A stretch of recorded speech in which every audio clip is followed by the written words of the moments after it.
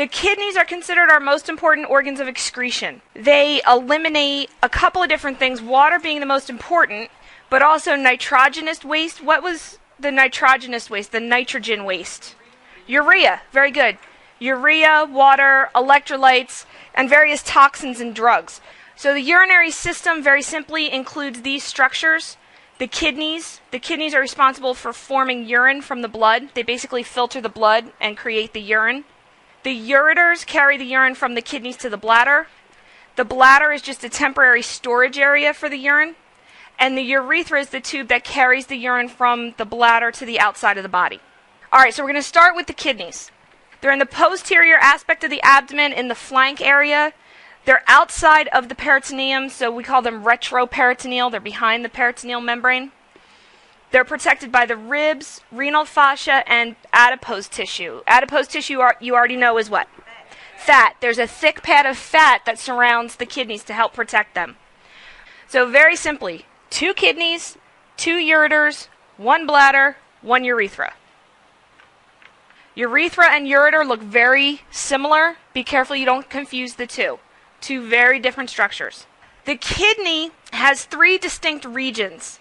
It's got a cortex and a medulla, and also something called the renal pelvis. And the renal pelvis is basically the open area in the middle. The cortex is the outer region, and the medulla is the deeper inner region.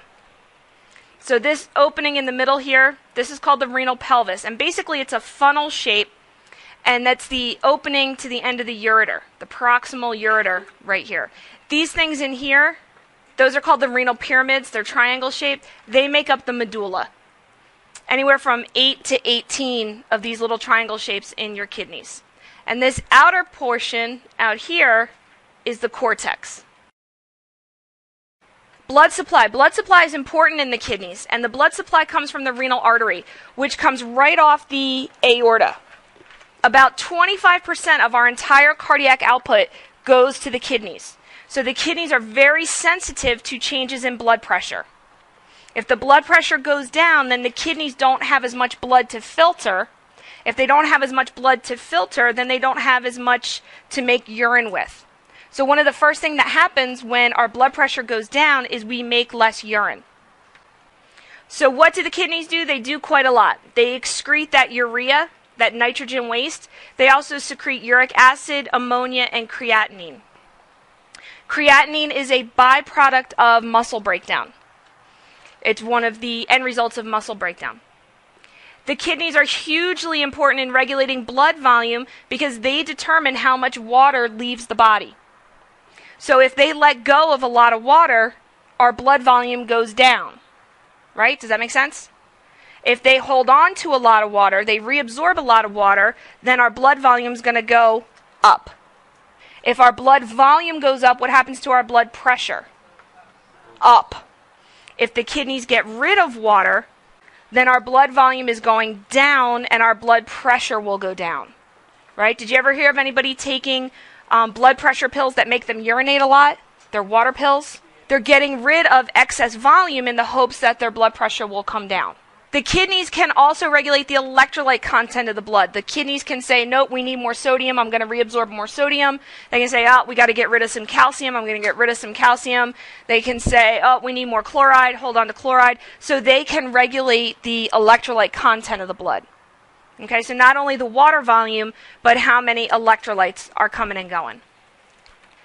The kidneys play a major role in the regulation of acid-base balance. Again, they control how many hydrogen ions leave in the urine or get held onto in the blood.